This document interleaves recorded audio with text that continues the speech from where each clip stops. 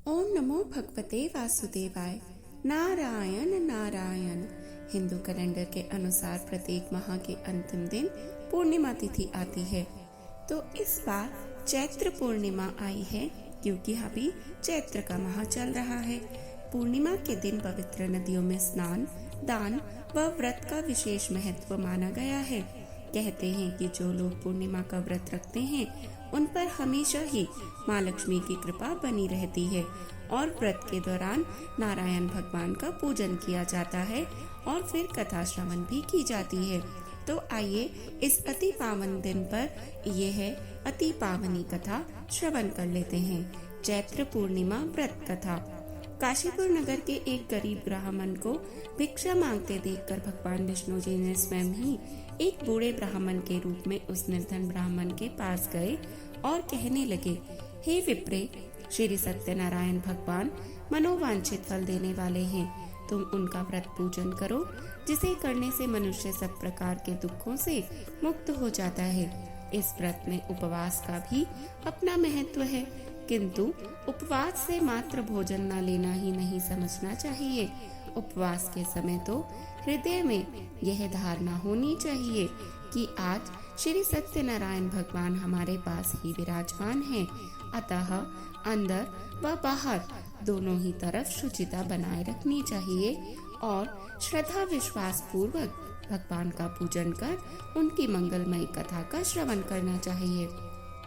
यह कथा बतलाती है कि व्रत पूजन करने में मानव मात्र का सम्मान अधिकार है, चाहे वह निर्धन, धनवान, राजा हो या व्यवसायी, ब्राह्मण हो या अन्य वर्ग, स्त्री हो या पुरुष।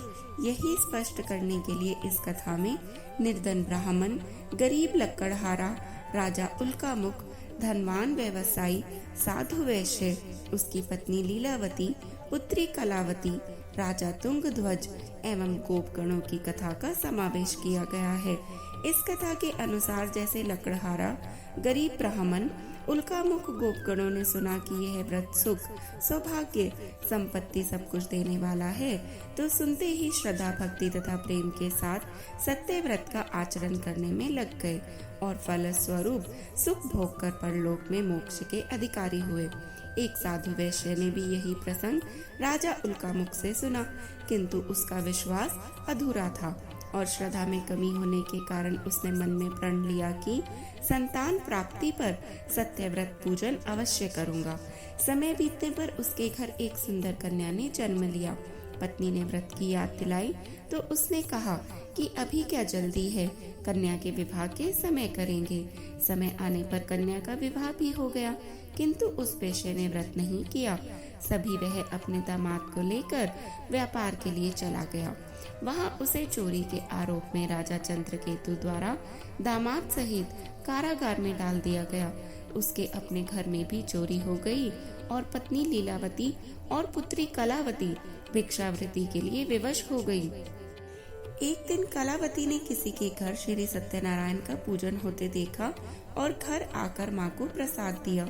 तब माँ ने अगले दिन श्रद्धा से व्रत पूजन कर भगवान से पति और दामाद के शीघ्र वापस आने का वरदान मांगा। श्री हरि नित्य ही प्रसन्न हो गए और स्वप्न में राजा को कह दिया कि वह दोनों ही बंदियों को छोड़ दे, क्योंकि वह निर्दोष हैं। राजा ने अगली सुबह उनका धन धान्य तथा प्रचुर द्रव्य देकर उन्हें विदा किया। घर आकर वह पूर्णिमा और संक्रांति को सत्यव्रत का जीवन भर आयोजन करता रहा। परिणाम स्वरूप उसे सांसारिक सुख भोग कर मोक्ष की प्राप्ति हुई। इसी प्रकार एक बार राजा तुंगध्वज ने वन में गोपगणों को श्री सत्यनारायण भगवान का पूजन करते देखा, किंतु अपने अभिमान की वजह से राजा ने ना तो पूजा स्थल पर गया और ना दूर से ही प्रणाम किया और ना ही गोपगणों द्वारा दिया गया प्रसाद ग्रहण किया। परिणाम यह हुआ कि राजा के पुत्र, धन धान्य, अश्वगज आदि सब नष्ट हो गए। राजा को फिर ये आभास हुआ कि विपत्ति का कारण सत्यदेव भगवान का निरादर है। तब उसे अत्यंत पश्चाताप हुआ। तब वह तुरंत वन में गया और गोपगणों को पुनः बुलाकर उनसे सत्यनारायण भगवान की पूजा विधि पूछी और बाद में स्वयं पूजा भी की। फिर उसने उनसे ही प्रसाद ग्रहण किया और घर आ गया। उसने देखा कि विपत्ति टल गई और उसकी सारी संपत्ति तथा उसके स्वजन सुरक्षित हो गए। राजा अति प्रसन्नता से भर गया और अपना सर्वस्व भगवान को अर्पित कर दिया। जय सत्यनारायण भगवान की, जय विष्णु भगवान की। ऐसी ही और कथाएं सुनने के लिए कृपया हमारे चैनल को सब्सक्राइब करें, अधिकाधिक शेयर व लाइक करें और सदैव जपते रहें। हर हर महादेव। जय बजरंगबली। श्री हनुमान जी जन्मोत्सव। चैत्र मास की पूर्णिमा को श्री हनुमान जी जन्मोत्सव पर्व मनाया जाता है। इस बार यह पर्व 12 अप्रैल शनिवार को है। हनुमान जी जन्मोत्सव के शुभ योग में यदि कुछ विशेष उपाय किए जाएं, तो आपकी हर परेशानी दूर हो सकती है। यह उपाय इस प्रकार हैं। ऐसे चढ़ाएं हनुमान जी को चोला।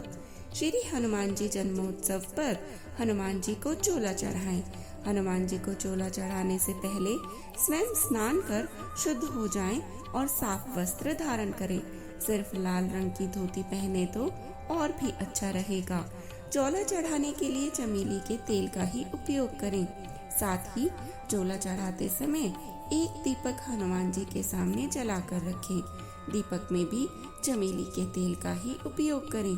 चोला चढ़ाने के बाद हनुमान जी को गुलाब के फूल की माला पहनाएं और केवड़े का इत्र हनुमान जी की मूर्ति के दोनों कंधों पर थोड़ा थोड़ा छिटक दें।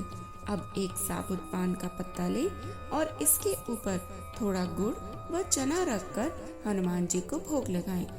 भोग लगाने के बाद उसी स्थान पर थोड़ी देर बैठकर तुलसी जी की माला से इस मंत्र का जप करें और कम से कम 5 माला जप अवश्य करें। मंत्र इस प्रकार है।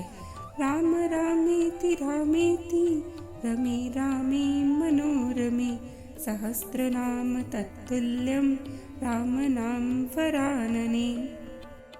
अब हनुमान जी को चढ़ाए गए गुलाब के फूल की माला से एक फूल तोड़कर उसे एक लाल कपड़े में लपेटकर अपने धन स्थान यानी तिजोरी में रखें। इससे धन संबंधी समस्याएं हल होने के योग बनने लगेंगे। बड़ के पेड़ के इस उपाय से मिलेगी आपको विशेष सिद्धि। सुबह स्नान करने के बाद बड़ अर्थात बरगद के पेड़ का एक पत्ता तोड़ें और इसे साफ व स्वच्छ पानी से धो लें। अब इस पत्ते को कुछ देर हनुमान जी की प्रतिमा के सामने रखें और इसके बाद इस पर केसर से श्री राम लिखें। अब इस पत्ते को अपने पर्स में रख लें। साल भर आपका पर्स पैसों से भरा रहेगा। अगली होली पर इस पत्ते को किसी नदी में प्रवाहित कर दें और इसी प्रकार से एक और पत्ता अभिमंत्रित कर अपने पर्स में पुनः रख लें। घर में स्थापित करें पारद हनुमान जी की प्रतिमा। अपने घर में पारद से निर्मित हनुमान जी की प्रतिमा स्थापित करें। पारद को रसराज भी कहा जाता है। पारद से बनी हनुमान प्रतिमा की पूजा करने से बिगड़े काम भी बन जाते हैं। पारद से निर्मित हनुमान जी की प्रतिमा को घर में रखने से सभी प्रकार के वास्तु दोष स्वतः ही दूर हो जाते हैं। साथ ही घर का वातावरण भी शुद्ध होता है। प्रतिदिन इसकी पूजा करने से किसी भी प्रकार के तंत्र का असर घर पर नहीं होता और न ही साधक पर किसी तंत्र क्रिया का प्रभाव ही पड़ता है। यदि किसी को पितृदोष हो तो उसे प्रतिदिन पारद हनुमान जी प्रतिमा की पूजा अवश्य करनी चाहिए। इससे पितृदोष समाप्त हो जाता है। हनुमान जन्मोत्सव के दिन शाम को हनुमान जी के समक्ष दीपक अवश्य जसाएं।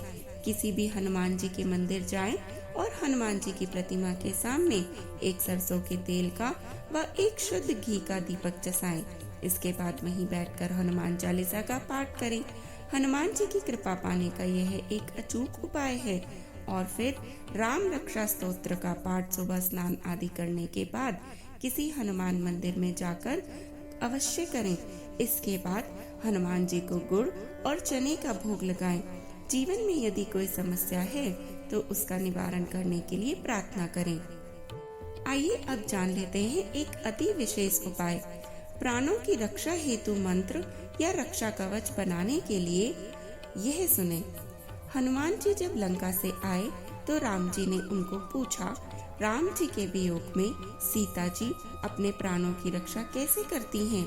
तब हनुमान जी ने जो जवाब दिया उसे याद कर लें। अगर आपके घर में कोई अति अस्वस्थ है, जो कि काफी दिनों से बीमार है, अब नहीं बचेंगे ऐसा लगता हो, सभी डॉक्टर दवाइयाँ भी जवाब दे गई हों, तो ऐसे व्यक्ति की प्राणों की रक्षा इस मंत्र से अवश्य करें। उस व्यक्ति के पास बैठकर हनुमान जी का यह मंत्र जपें, तो ये सीता जी ने जैसे अपने प्राणों की रक्षा की, वैसे ही ये हनुमान जी के वचन हैं। सब मिलकर बोलें, नाम पहारु दिवस निसी, ध्यान तुम्हार कपाट, लोचन निज पद जंतरित, जाहि प्राण के ही बाट। अब इसका अर्थ भी समझ लीजिए। नाम पहारो दिवस निसी अर्थात सीता जी के चारों तरफ राम जी के नाम का ही पहरा है, क्योंकि वे तो दिन रात आपके ही नाम का जप करती हैं और सदैव राम जी का ही ध्यान करती हैं, और जब भी आंखें खोलती हैं तो अपने चरणों पर नजर टिकाकर आपके ही चरण कमलों को याद करती रहती हैं। जाहि प्राण के ही बाट, सोचिए कि आपके घर के चारों तरफ कड़ा पहरा है, छत और जमीन की तरफ से भी किसी के घुसने का मार्ग बंद कर दिया गया है, तो क्या कोई चोर अंदर घुस सकता है? ऐसे ही सीता जी ने सभी ओर से श्री राम जी की रक्षा कवच धारण कर लिया है। इस प्रकार वे अपने प्राणों की रक्षा करती हैं। तो यह मंत्र श्रद्धा के साथ जपेंगे तो आप किसी के भी प्राणों की रक्षा अवश्य कर पाएंगे। रक्षा कवच बनाने के लिए दिन में 3 से 4 बार शांति से बैठें, 2 से 3 मिनट तक होठों से बोल बोल कर इस दोहे का जप करें और फिर चुप हो जाएं और ऐसी धारणा धरें कि आपके चारों तरफ भगवान जी का नाम ही घूम रहा है और भगवान जी के नाम का घेरा ही आपकी रक्षा कर रहा है। आपको फायदा अवश्य होगा। तो सब भक्त बोले, जय श्री राम। ऐसी ही और अति रोचक जानकारियाँ जानने के लिए कृपया हमारे साथ जुड़े रहें और सदैव जपते रहें। हर हर महादेव।